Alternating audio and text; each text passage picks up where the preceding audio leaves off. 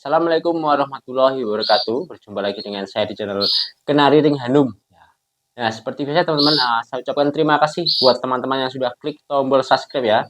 Dan untuk teman-teman yang baru menemukan channel ini, silahkan klik tombol subscribe dan bunyikan lonceng agar selalu mendapatkan informasi terupdate dari channel ini.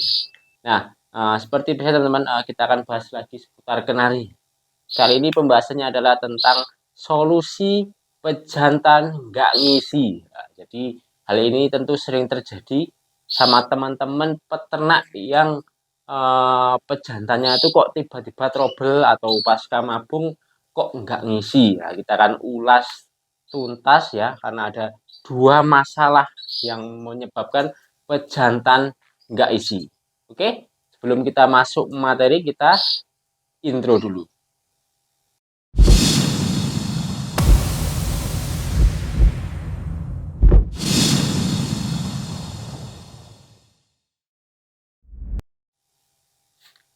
Nah, kita masuk ke pembahasan ya teman, pembahasan tentang pejantan nggak ngisi. Ya, pejantan nggak ngisi ini paling sering terjadi ketika pejantan pasca mabung.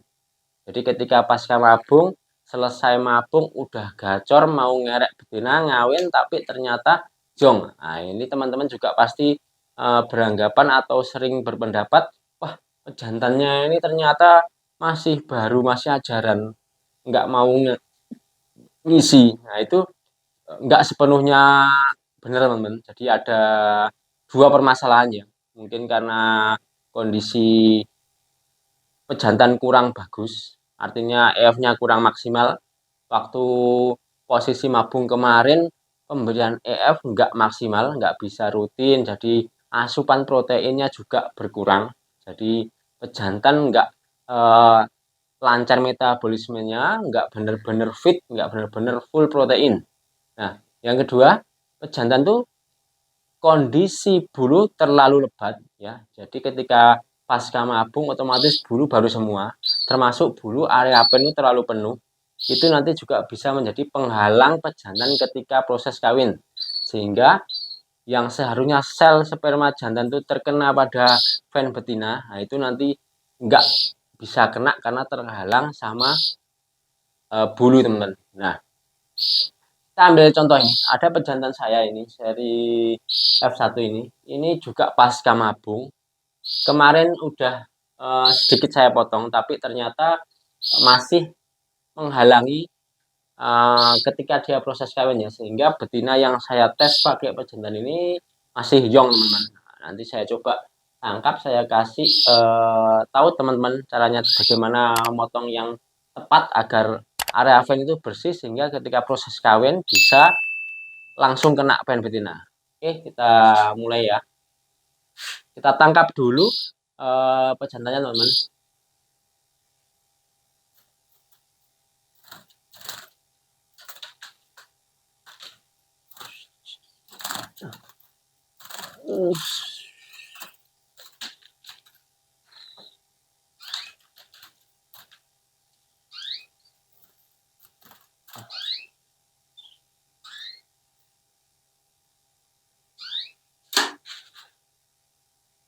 Nah, ini pejantan yang pasca mabung.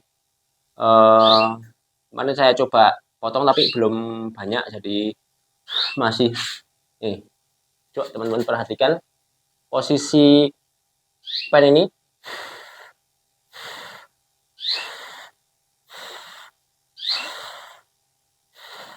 Masih penuh bulu teman-teman. Nah, ini cukup mengganggu ketika dia proses kawin ke betina.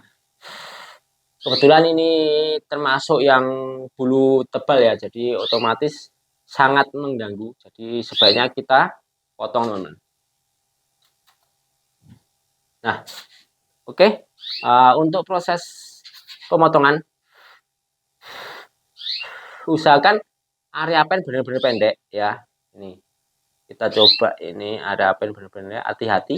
Proses pemotongan juga harus kita perhatikan karena kalau nanti waktu pemotongan itu terkena ven, nanti luka malah kenari drop. Nah, jadi teman-teman harus hati-hati, tapi juga memaksimalkan sependek mungkin ya.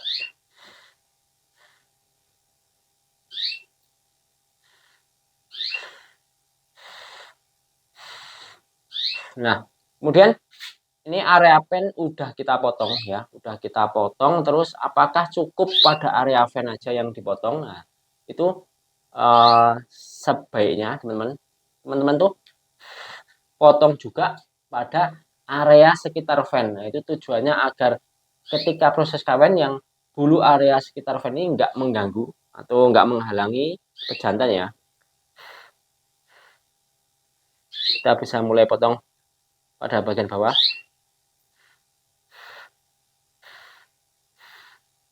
Kemudian bagian samping.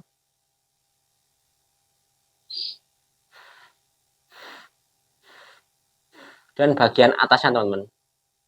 Tujuannya ini posisi ketika kenari dipotong ini tentu untuk tampilan atau kita pandang itu kurang enak karena ada bagian bulu yang terpotong. Tapi kalau pejantan hanya digunakan untuk pejantan di tempat ternak itu nggak masalah, kecuali teman-teman itu mau jual pejantan tersebut. Nah, itu otomatis teman-teman juga usahakan jangan dipotong karena nanti pembeli juga akan merasa kurang enak dipandang. Mungkin pembeli juga mau hanya digantang ataupun hanya ditaruh buat harian. Nah, itu tentu berbeda persepsi dengan kita yang peternak ya. Kalau kita peternak tuh tampilan nomor 2, yang penting satu produk dulu. Nah, itu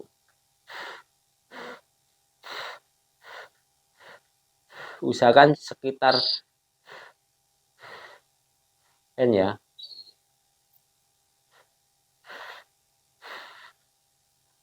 Karena ini harus hati-hati teman-teman. Nanti kalau kena kulit ataupun kena kaki nanti malah resikonya kena drop, luka. Jadi kita harus pelan-pelan. Nah, ini area yang saya potong, area bawah, area samping sama area atas. Otomatis pen akan lebih kelihatan menonjol ya.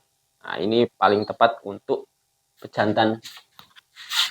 Nah, ketika pejantan udah kita potong bulu area pen, nah itu otomatis nanti ketika dia proses kawin akan lebih mengena ke pen betina. Itu tujuannya agar setiap proses kawin tuh bisa berhasil, karena pejantan tuh ketika ngawin ketemu betina, betina juga enggak selalu mau dikawin. Artinya sekarang dikawin, besok dikawin. Nah, kawin ketiga belum tentu mau. Nah, itu kan kita harus mendapatkan momen yang pas banget. Jadi meskipun sekali kawin, tapi kalau kena pada fan betina itu eh, kemungkinan untuk mendapatkan produk atau ngisi itu semakin besar. Nah, kedua, setelah kita potong area bulu yang ada di dekat pen, nah itu solusi kedua, kita bisa kasih pakan itu.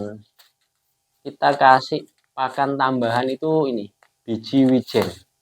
Biji wijen ini bagus banget untuk vitalitas ya. Jadi semua, kalau saya semua pejantan ketika dapat posisi zong, ya otomatis saya kasih tambah EF ini.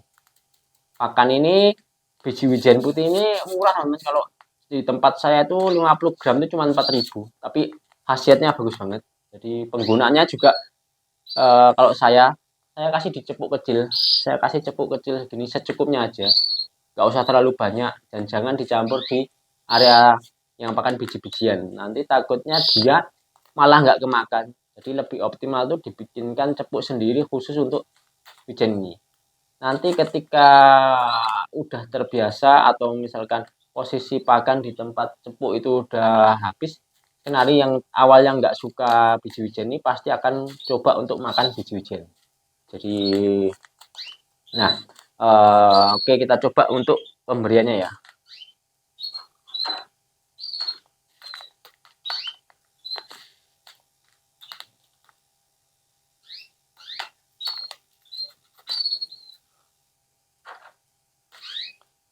Kalau untuk pemberian cukup segini aja. Nah, ini ada cepuk ukuran kita teman. Nah, cukup segini aja. Nggak usah terlalu banyak, nanti kalau terlalu banyak malah terbuang-buang. Lebih baik kasih sedikit, tapi kalau habis nanti kita tambah lagi. Nah, untuk terapi penggunaan pakan ini, Kalau posisi saya itu saya kasih 1 minggu, full 1 minggu saya kasih ini. Nanti kemudian kita tes ke betina buat ngawin. Ketika posisi betina udah dikawin, nah kalau posisi udah dikawin dan telur terpantau isi, ya sebaiknya stop atau hindari penggunaannya dulu. Maksudnya cukup sampai pejantan ngisi ya. Nanti ketika ada trouble masalah lagi baru coba kita kasih pakan wijennya ini. Kalau untuk digunakan selalu itu saya belum tahu ya, belum tahu nanti ada efek sampingnya yang berlebihan atau enggak, karena intinya kan semua penggunaan eh, yang berlebihan itu tentu enggak bagus ya. Jadi sebaiknya kita ambil eh, tengah-tengahnya. Artinya tengah-tengahnya itu ketika udah terpantau pejantan ngisi ya udah stop dulu. Stop aja, nanti ketika besok ada trouble lagi baru kasih lagi. Karena untuk pakan biji wijen ini kan belum ada penelitian terlebih ya. Jadi ketika berbeda dengan pakan biji-bijian yang udah kemasan, udah ada penelitiannya, maka dibikin pakan kemasan. Nah, itu tentu produk yang udah resmi untuk kenari ya. Kalau posisi pakan wijen ini kan belum ada kemasan khusus yang berlabel untuk kenari gitu teman-teman. Jadi kita ambil solusi terbaiknya. Nah, kita berikan F ini.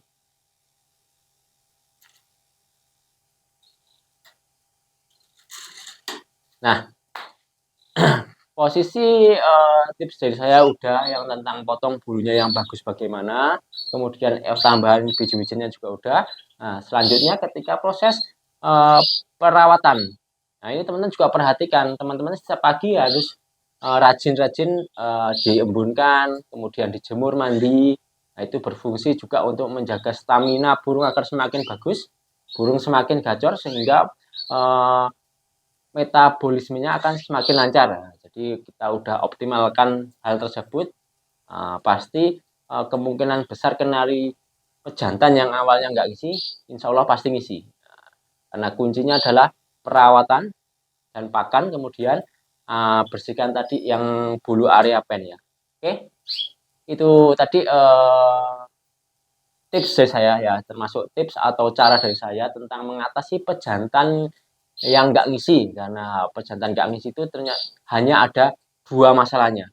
Pertama bulu ven, yang kedua uh, kurangnya asupan protein. Jadi kita bisa supply dengan biji-bijian tadi.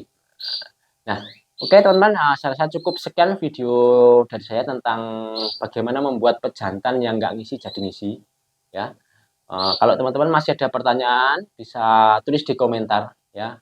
Tapi kalau cukup membantu atau bermanfaat, jangan lupa klik subscribe ya, kemudian share, like.